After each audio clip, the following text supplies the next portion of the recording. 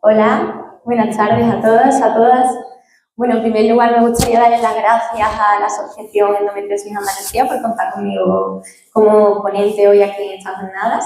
Y en segundo lugar, daros las gracias a todos vosotros y vosotras por estar hoy aquí y sobre todo a todas aquellas que hoy tenéis dolor, ¿no?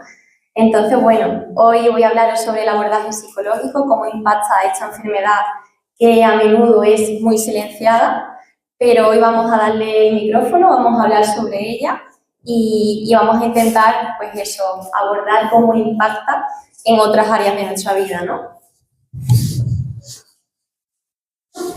Bueno, pues aquí podemos ver a cuánto porcentaje de la población abarca esta enfermedad, aunque estas cifras no son exactas. ¿Por qué? Porque como esta enfermedad, la endometriosis, está muy invisibilizada, no sabemos esas cifras exactas de cuántas mujeres tienen endometriosis, ¿no? Lo que sí sabemos es que un 80% de ellas sufren sintomatología, ¿no? Y esta sintomatología es algo que impacta en nuestro día a día, ¿no? Entre los síntomas más comunes se encuentran el dolor no solo cuando tenemos la menstruación, sino antes, durante y después, incluso cuando ya no la tenemos, sentimos dolor.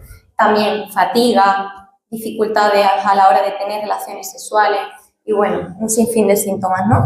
Entonces, claro, un síntoma muy común en el que me voy a centrar sobre todo es el dolor, porque bueno, ya ha hablado un montón sobre ello mi compañera fisio, ¿no? Y bueno, todos nosotros, pero bueno, es importante que diferenciemos también entre el dolor agudo y el dolor crónico, porque cuando me lesiono el tobillo y me hago daño, me hago un esguince, sé que este dolor va a tener un inicio y va a tener un fin. Pero cuando tenemos una patología en la que sufrimos dolor crónico, sabemos que es un dolor que nos va a acompañar en nuestra vida, sabemos que inicia, pero no sabemos si va a terminar o se va a ir en algún momento de nuestra vida. Y esto es algo que causa malestar, ¿no? Además, mientras que cuando me hago un esguince tengo un tratamiento médico especializado en el que me tomo mis fármacos y ese dolor disminuye, este dolor crónico se ha visto que no sirve simplemente ese abordaje farmacológico. Ya se sabe, como han comentado mis compañeros, que necesita de un abordaje multidisciplinar, en el que no solo pues, los médicos nos ayudan, sino también los fisioterapeutas, los nutricionistas, los psicólogos, ¿no? Necesita de ese abordaje integral, porque como os decía, afecta pues, a toda la vida de la persona, no solo a nivel físico, sino a nivel social, a nivel psicológico. Y bueno, el gran problema es que falta mucha información, tenemos que educar sobre endometriosis. Yo, hablando con compañeros míos médicos, me dicen que, bueno, en la carrera son unas pocas horas sobre la endometriosis en las que se trata esta enfermedad que implica el 10-15% de la población, ¿no? Y bueno, yo como psicóloga, en mi caso, yo en la carrera no escuché hablar sobre endometriosis, te tienes que formar aparte, ¿no? Y bueno, si eso nosotros como profesionales de la salud, no me quiero imaginar la población, ¿no? Se siente mucha incomprensión porque le tenemos que explicar a nuestros familiares, a nuestros amigos, que no vamos a algún sitio, a alguna quedada, a alguna cena, porque nos duele. Y muchas veces, como ese dolor no se ve, pues nos sentimos juzgados, nos sentimos que tenemos que explicar por qué no vamos. Y eso es algo injusto. ¿Por qué tengo que explicar que no me encuentro bien? ¿Por qué tengo que explicar que me pasa algo, ¿no? Entonces, bueno, es importante esa parte de educación, no solo a los profesionales, sino también a esa población general. Entonces, bueno, los últimos estudios nos dicen que las mujeres con endometriosis tienen una calidad de vida significativamente más baja que la de la población sin endometriosis. ¿Por qué? Porque yo siempre le digo a mis pacientes que nuestra vida es como si fuera una mesa, de forma metafórica, en la que cada una de esas patas de la mesa conforma pues, un ámbito de nuestra vida, ¿no? Uno de ellos sería esa salud física, que cuando esa pata de la mesa se ve repercutida, evidentemente la pata ya empieza a cojear, ¿no? Y esos demás ámbitos de nuestra vida, que componen pues, mi vida de forma integral, se ve repercutida, ¿no? Entonces no podemos hablar solo de una enfermedad a nivel físico, sino de nuevo ese abordaje integral, ¿no? Y bueno, vamos a ir viendo esos síntomas más característicos, cómo afectan en el día a día y qué impacto tiene en mi salud psicológica, ¿no? Como os decía, uno de los síntomas muy característicos y que vosotras sabréis mejor que yo es ese dolor y esa fatiga, ¿no? Entonces, bueno, además de lo que supone ese dolor y tener que manejarlo y soportarlo, esto repercute en esas actividades cotidianas que tengo que hacer. Incluso ir a la compra me cuesta muchísimo más que si no tuviera dolor. Pues imaginarse lo que puede suponer ir a trabajar, ir a estudiar con ese dolor que muchas veces me incapacita. ¿Y cómo no va a repercutir esto en mi actividad laboral, en mi economía y en cómo yo me siento, ¿no? Muchas mujeres con las que he hablado, mis pacientes, me han dicho que se sentían literalmente inútiles, porque esa función de soy mujer y soy trabajadora, evidentemente, pues hay veces que la tengo que abandonar por mi misma salud, porque no puedo pues dedicarme a ello, ¿no? Tengo que estar descansando algunos días.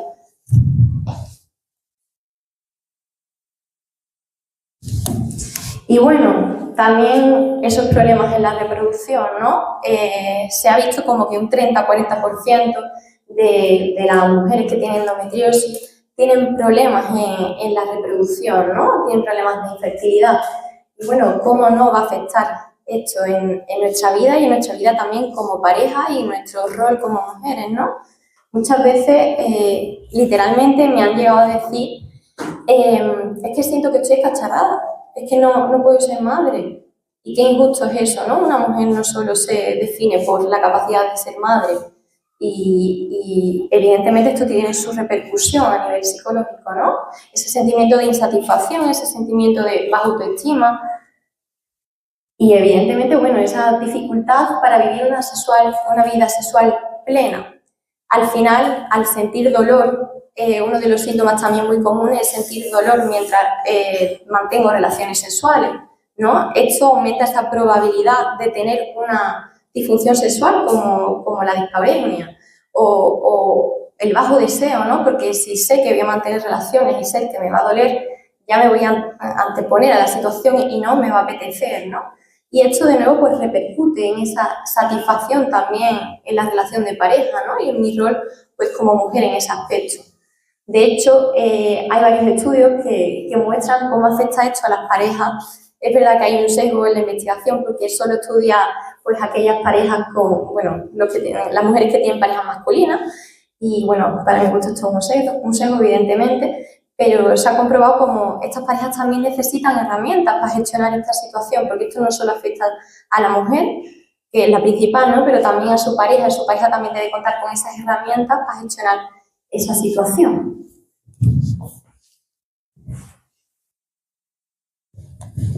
Y bueno, lo que nos dicen los estudios, la evidencia científica, es que casi el 100% de las mujeres que tienen endometriosis tienen un impacto psicológico significativo, pero aunque casi todas tengan ese impacto psicológico, solo un tercio de ellas acude a terapia psicológica, solo un tercio de ellas sabe o conoce o tiene acceso a esa ayuda, ¿no? A día de hoy, bueno, a mí esta cifra me parece sorprendente, ¿no? Sobre todo porque al final pues tenemos que dar a conocer esa importancia, de nuevo, del abordaje integral, ¿no? Y que, bueno, hay partes en las que nos tenemos que ayudar de otros profesionales de la salud.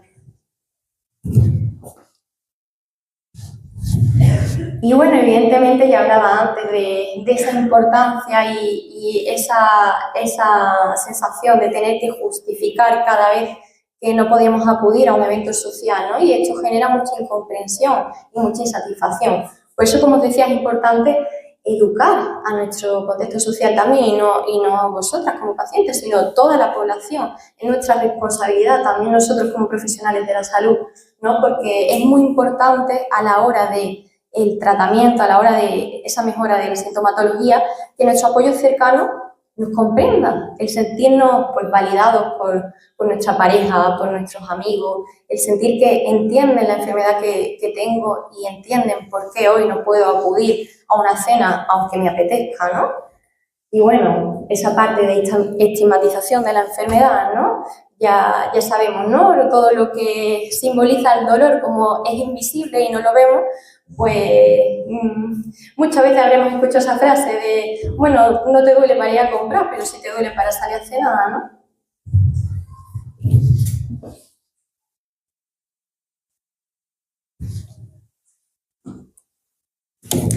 Bueno, y al final, evidentemente, toda esta sintomatología, como decía, afecta a nuestra salud mental y, de hecho, lo que dicen los ensayos clínicos más novedosos, más actuales, es que la endometriosis aumenta la probabilidad de que aparezcan síntomas depresivos, síntomas ansiosos, problemas en el sueño, problemas de disfunción sexuales, ¿no? Entonces, sabiendo que tenemos pues ese factor de riesgo, vamos a intentar trabajarlo, vamos a intentar hacer algo como profesionales para intentar paliar estas consecuencias, ¿no? Y bueno, ¿cuáles son las variables que se han visto que afectan aquí? Pues evidentemente el dolor, ese diagnóstico tardío, ¿no? Esos 8 o 10 años que tardamos en conocer y ponerle nombre y apellido a lo que nos pasa, son 8 o 10 años que no pasan desapercibidos, ¿no? Son 8 o 10 años de incomprensión. Y bueno, la poca información, no solo nuestra, de los profesionales, sino de nuestro contexto que no nos entiende.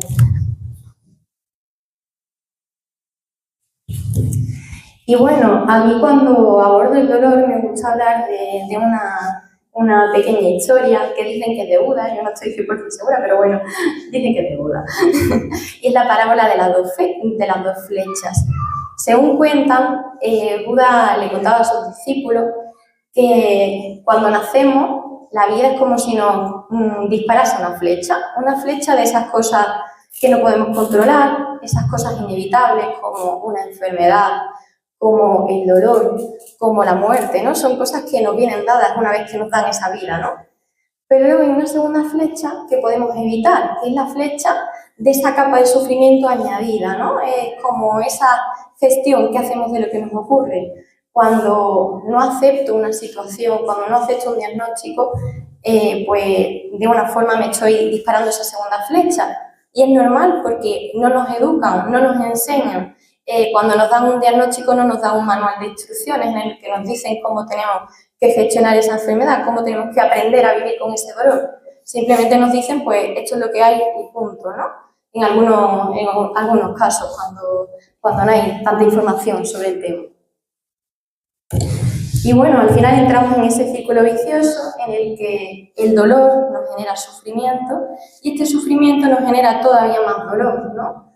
Y ese es el dolor que sí podemos evitar. Este primer dolor, el de la primera flecha, el del diagnóstico, el del síntoma, ese no lo podemos evitar, no podemos trabajar sobre ello, pero sí sobre ese segundo dolor, sobre esa atención que prestamos al dolor, sobre esa incomprensión que sentimos por parte de nuestro entorno cercano, sobre esos pensamientos que vienen a mi cabeza sobre ese dolor, sobre esa pues, poca capacidad a la hora de, pues, a lo mejor tener relaciones sexuales o lo que supone para mí, ¿no? Son variables sobre las que trabajamos desde la psicología.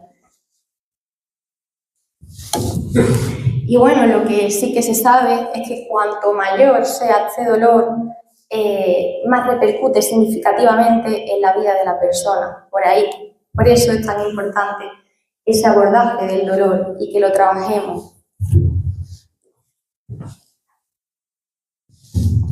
Y bueno, ¿cómo trabajamos desde psicología? Evidentemente hay evidencia científica al respecto, mucha menos de la que me gustaría, la verdad, porque al final es un campo sobre el que no se trabaja todo lo que se debería de trabajar, pero sí que hay intervenciones cognitivo-conductuales que lo que hacen es trabajar, pues como decía, esos pensamientos que me vienen sobre cómo me encuentro, sobre mi situación, se abordan esos pensamientos y también esas conductas asociadas, ¿no? ¿Qué es lo que hago?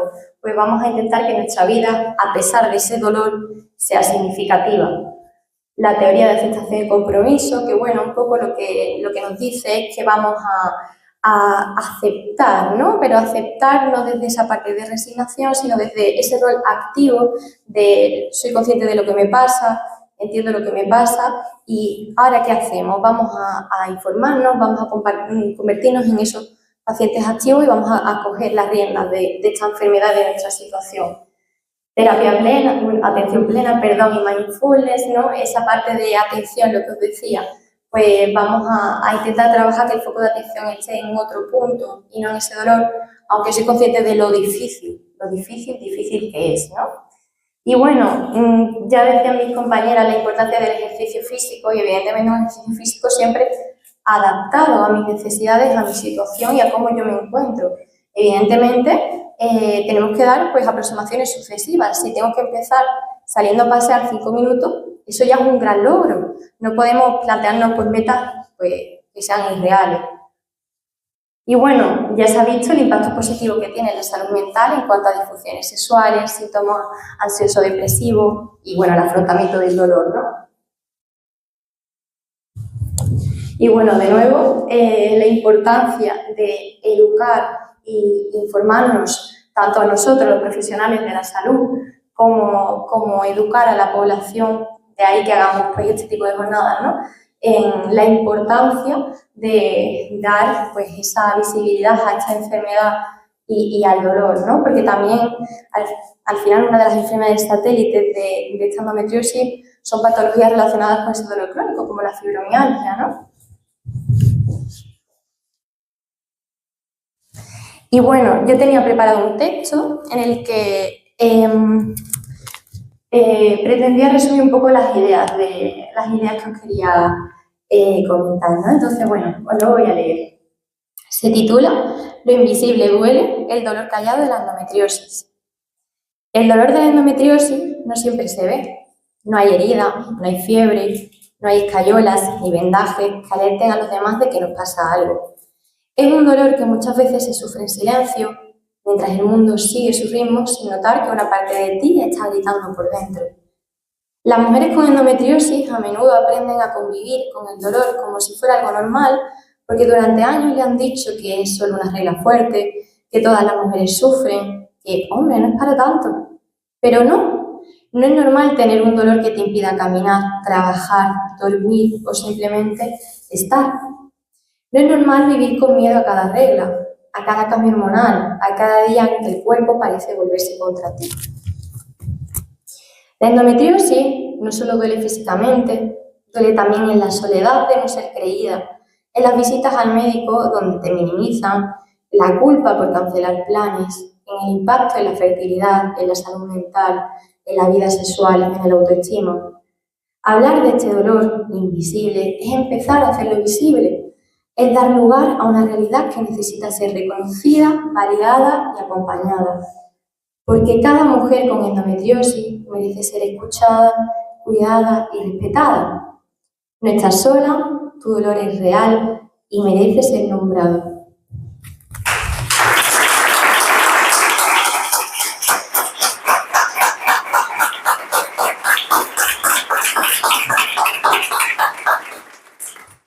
Bueno, pues esto es todo por hoy. Espero pues, haberos ayudado en algo, haber puesto mi granito de arena. Y nada, repito que no estáis solas y bueno, vamos a intentar visibilizar esta enfermedad todo lo posible. Gracias.